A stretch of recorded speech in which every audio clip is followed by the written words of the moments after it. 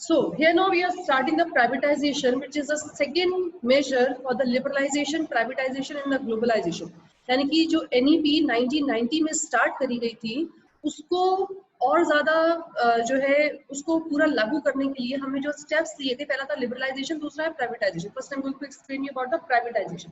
बेटा प्राइवेटाइजेशन क्या होता है? जिसमें कि जो ओनरशिप, मैनेजमेंट और कंट्रोल है वो पब्लिक सेक्टर एंटरप्राइजेस से, जब गवर्नमेंट पब्लिक सेक्टर एंटरप्राइजेस से प्राइवेट सेक्टर को बेचा जाता है या उसको दे दिया जाता है, उसको हम बोलते हैं प्राइवेटाइजेशन. ठीक है, यानी कि whenever any government entity, government owned factory और industry is being given to the private in return of the money, okay, in return of the investment, so that is known as the privatization. Now why this privatization was being done at that time? Because many of the industries, nearly 250 to 300 industries were running in the losses. So there was a huge need, because the government has to bear up all the losses by taking the loans from the other countries. So that's why it was very necessary in the NEP, because the further government was not able to bear up the losses of these departments. So that's why the privatization was being done at that time. Okay. Now privatization is being done by two ways. First, the transfer of ownership and management to the public, from the public to the private sector, and also the other way is disinvestment. Disinvestment क्या होता है? जबकि कुछ part पूरी की पूरी company ना बेच करके some part of the equity shares, यानी कि कुछ ओनरशिप प्राइवेट सेक्टर को दे दी जाती है, उसको बोलते हैं डिसइन्वेस्टमेंट. ठीक है, डिसइन्वेस्टमेंट मतलब कि पैसा लगाना बिजनेस में, डिसइन्वेस्टमेंट यानी कि बिजनेस से पैसा निकाल लेना. अब उसमें क्या होगा, जब प्राइवेटाइजेशन होगा, मतलब कि आधा जो ओनरशिप है वो प्राइवेट सेक्टर की होगी, then what will happen, then everybody has to work. Now these days you are seeing that railways are being privatised, though it is not a good step for our country, okay, because बेटा किसी भी हालात में अपने घर का सामान बेचना, अपने घर की चीजें बेचना, देश हमारे घर जैसा है ना, वो चीजें बेचना सही नहीं है. लेकिन एक नुकसान भी कुछ हद तक सहा जाता है ना, जब वो इंस्टीट्यूशन हमें नुकसान कर रहा है, हमें प्रॉफिट दे ही नहीं रहा है. मेन कोई भी बिजनेस क्यों करा जाता है? प्रॉफिट अर्न करने के लिए करा जाता है. लेकिन अगर वो बिजनेस प्रॉफिट नहीं दे रहा है, उल्टा हमसे ही निकाल रहा है, तो कब तक सरकार उस लॉसेस को बेयर अप करेगी? यही सब कुछ करा गया 1990 में. क्यों? क्योंकि बहुत सी इंडस्ट्रीज नुकसान में चल रही थी. तो ये प्राइवेटाइजेशन का स्टेप बहुत इंपॉर्टेंट था, क्योंकि अपने लॉसेस को खत्म करने के लिए सरकार को ये काम करने पड़े. दो तरीके से हुआ, प्राइवेटाइजेशन पूरी की पूरी ओनरशिप देनी, और दूसरा है डिसइन्वेस्टमेंट. कुछ पार्ट्स ना, जो कंपनी थोड़ा बहुत प्रॉफिट में चल रही थी उनको उन्होंने कुछ पार्ट बेचा, और बाकी जो बिल्कुल नुकसान में थी, कई तो ऐसी इंडस्ट्रीज थी जो कि शायद 10-10 साल से कभी खुली ही नहीं थी, लेकिन वहाँ के एम्प्लॉयज की सैलरी, बोनस और इंक्रीमेंट सब कुछ बराबर जाता था ना. यहाँ तक कि वो एम्प्लॉयज कहीं और अपने बिजनेस चला रहे हैं और वहां से सैलरी अलग मिल रही है ना, क्योंकि गवर्नमेंट ओनरशिप है, पैसा तो आपको देना ही देना है. अब भले ही कोरोना चल रहा है, सभी के सभी गवर्नमेंट एम्प्लॉयज की सैलरीज पूरी की पूरी वो लोग ले रहे हैं इंक्रीमेंट के साथ में. तो that this is the reason why privatisation has been done. इसमें एक चीज दी गई है, Navratnas and the mini Ratnas. ये क्या थे कि जैसे वो थे ना, राजा अकबर के दरबार में वो रत्न हुआ करते थे, 9 रत्न, तो उसी की थीम पर बनाया गया नवरत्नास और मिनी रत्नास. यानी कि 9 रत्न, 9 इंडस्ट्रीज ऐसी थी जो कि प्रॉफिट मेकिंग थी. उनको सरकार ने नहीं बेचा, क्योंकि कुछ सरकार ओनरशिप अपने पास में भी रखना चाहती थी. जो प्रॉफिट मेकिंग यूनिट थी वो सरकार ने नहीं बेची, और उनके अंदर जो है एक प्रोफेशनलिज्म, उनको ये इंड्यूस किया गया कि आप इन जो है ये आपकी जो इंडस्ट्रीज चल रही हैं, इनको आप प्रॉफिट में ही रखिए और ज्यादा प्रॉफिट करें, ताकि हम इसको प्राइवेटाइज ना करें. तो कुछ इंडस्ट्रीज गवर्नमेंट ने अपने पास में रखी, जिनको नाम दिया गया मिनी रत्नास एंड नवरत्नास.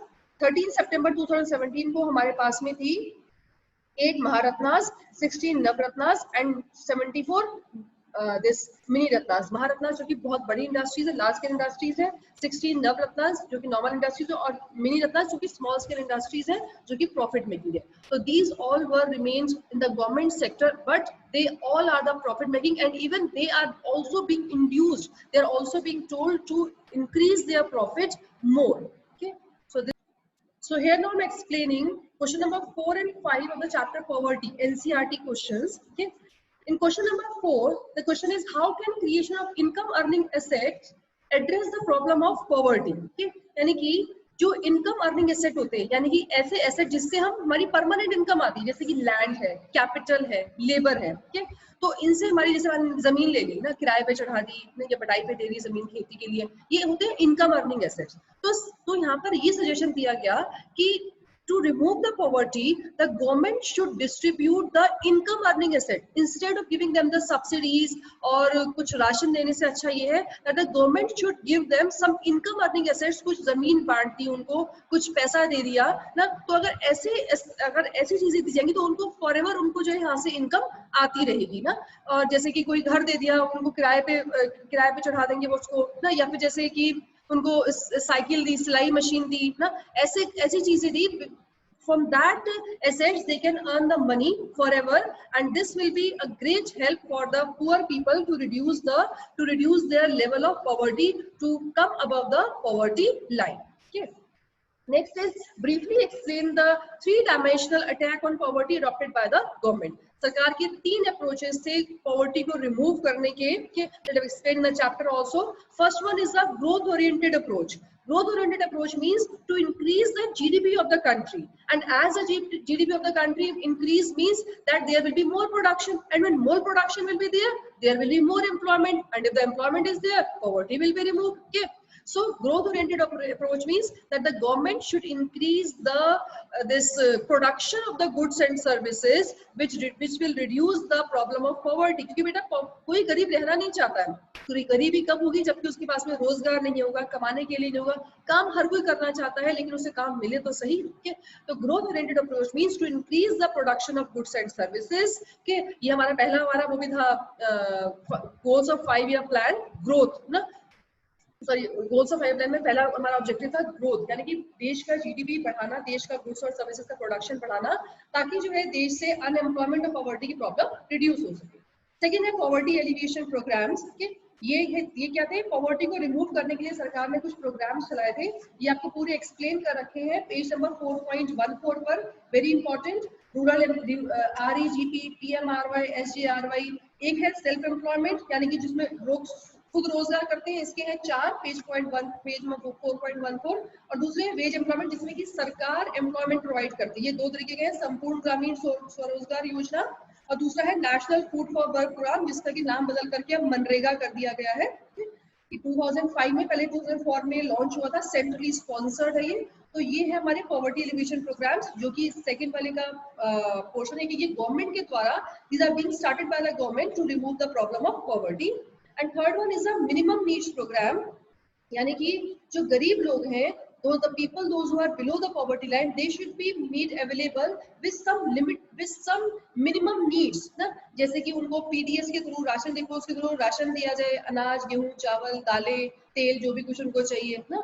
और फिर दूसरी चीज इंटीग्रेटेड चाइल्ड डेवलपमेंट स्कीम, बच्चों की डेवलपमेंट के लिए, जैसे कि कई स्कूल्स में यूनिफॉर्म, साइकिल, सिलाई मशीन, किताबें, कपड़े, ये सब बांटे जाते हैं, तो इसे बोलते हैं इंटीग्रेटेड चाइल्ड डेवलपमेंट स्कीम। या बच्चों के लिए वैक्सीनेशन करवाना फ्री गवर्नमेंट हॉस्पिटल्स में ना, जैसे जब बच्चा होता है अगर हॉस्पिटल में होगा तो उसको पैसा भी मिलेगा, तो ये कहलाता है इंटीग्रेटेड चाइल्ड डेवलपमेंट स्कीम। और तीसरा है यहाँ पर मिड डे मील स्कीम, जो कि गवर्नमेंट स्कूल्स में बच्चों को खाना दिया जाता है, क्योंकि ताकि बच्चे कुपोषित ना रहे। जनरली जो गवर्नमेंट स्कूल में आता है बच्चा, वो गरीब बच्चा होता है, गांव का बच्चा होता है, जो कि जिनके पास घर में खाने के लिए भी नहीं होता है, और उनको उसके लिए भी काम करना पड़ता है, अपने रोज के खाने के लिए भी, तब वो जाके उनके घर में चूल्हा चलता है। तो the government by its step mid day meal scheme wants that at least अगर हमें खाना मिलेगा तो क्या पता बच्चे उसके बहाने ही स्कूल आए, और उनको जो है वो पढ़ भी लेंगे साथ में, और साथ में उनको कुछ खाना मिलेगा, तो वो स्वस्थ होंगे, खाएंगे, तो उनको जो है कुपोषण का शिकार नहीं होगा, बीमारियां कम होंगी, माल न्यूट्रिशन की problem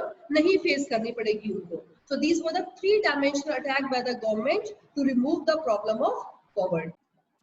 So now chapter Indian economy 1950 to 1990, question number 14, as it was a debate over the subsidies. Okay, now subsidies that are being given to the farmers in the form of the fertilizers, HYB seeds, subsidies for the capital assets, tractor खरीदना है उसके लिए subsidy मिल गई, diesel subsidise मिल रहा है ना, irrigation, बिजली, पानी, ये सब फ्री है ना, और फिर साथ में फर्टिलाइजर्स के ऊपर सब्सिडी मिल रही है जो यूज कर रहे हैं उस फर्टिलाइजर्स। तो ये कहा जा रहा है कि सब्सिडीज एक बहुत बड़ा बर्डन है गवर्नमेंट के ऊपर, क्योंकि मेनली कंट्री एग्रीकल्चरल है, इवन रिच फार्मर्स भी इसका फायदा लेते हैं।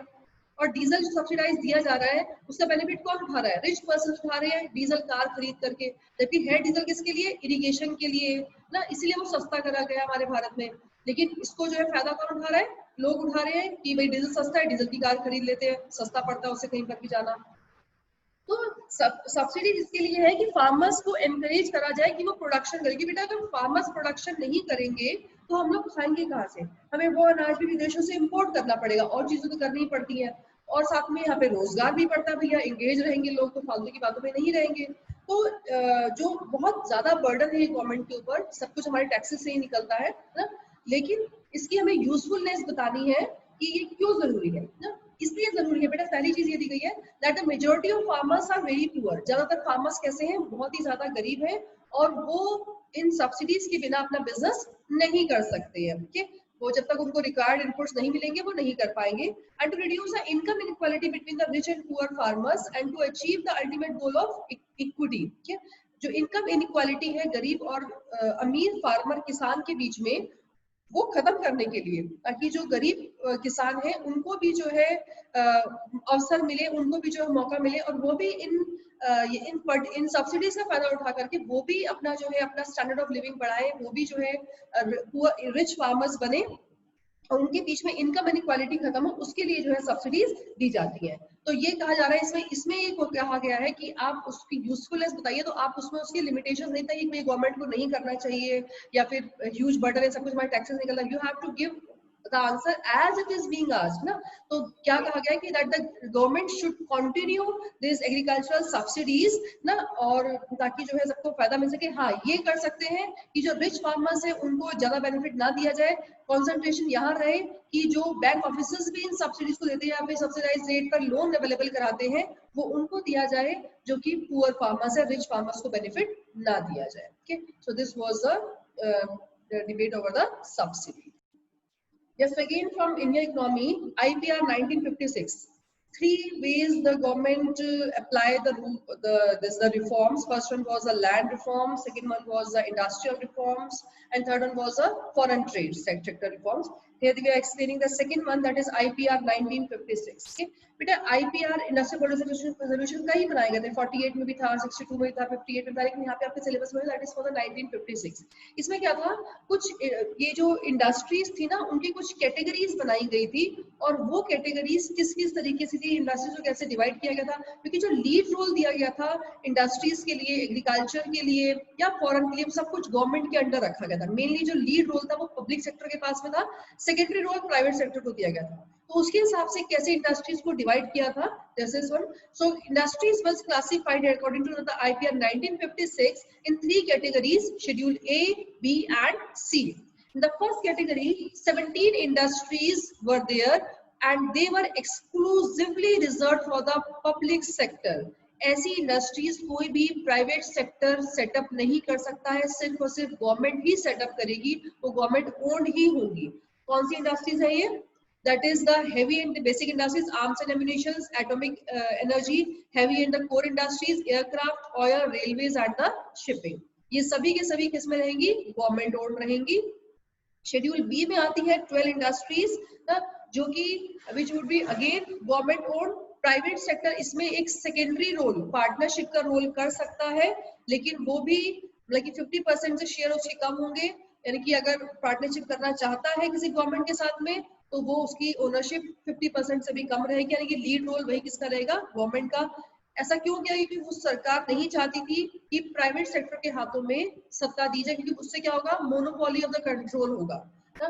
और शेड्यूल सी में आता है ऐसी इंडस्ट्रीज थी जो कि प्राइवेट सेक्टर बना सकती है। शेड्यूल बी में थी aluminium, other mining industries, machine tools and fertilisers. Schedule C में इंडस्ट्रीज, बाकी बची हुई इंडस्ट्रीज आई शेड्यूल सी में, और उसमें भी क्या था, ये सभी के सभी प्राइवेट सेक्टर ओन्ड हो सकती थी, हो सकती है।